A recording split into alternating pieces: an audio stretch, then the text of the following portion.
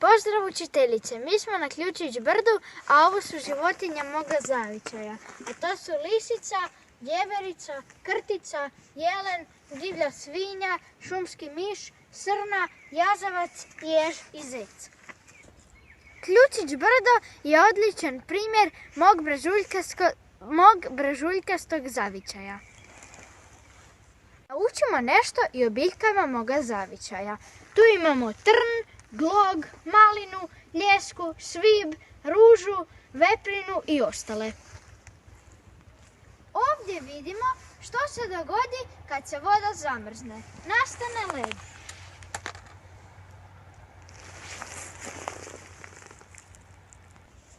Iako smo sad u mom zavičaju, ovo vrijedi za svaki zavičaj.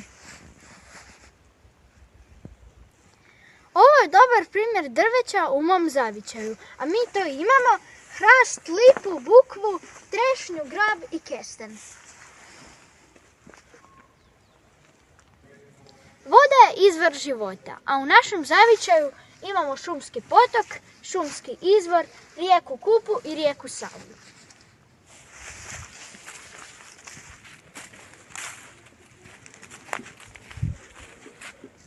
Uskoro dolazi proljeća, a kako to znam? Ovdje imamo vjesnike proljeća, a to su šafrani i zvončići. I evo još malo o biljkama. Pored šafrana kojeg smo malo prije spomenuli, imamo đurđice, jaglece, šumaricu, šumske jagode, šumske ljubice i druge.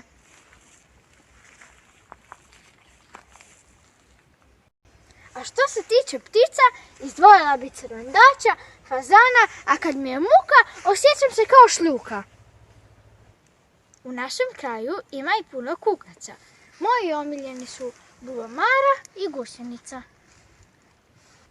U našem zavičaju ljudi uz vinovu lozu uzgajaju i neko voće. Ovaj video ćemo dovršiti sa domaćim životinjama, a to su krave, svinje, koze i ovce. Ipak, mene su najdraži konji. Bok!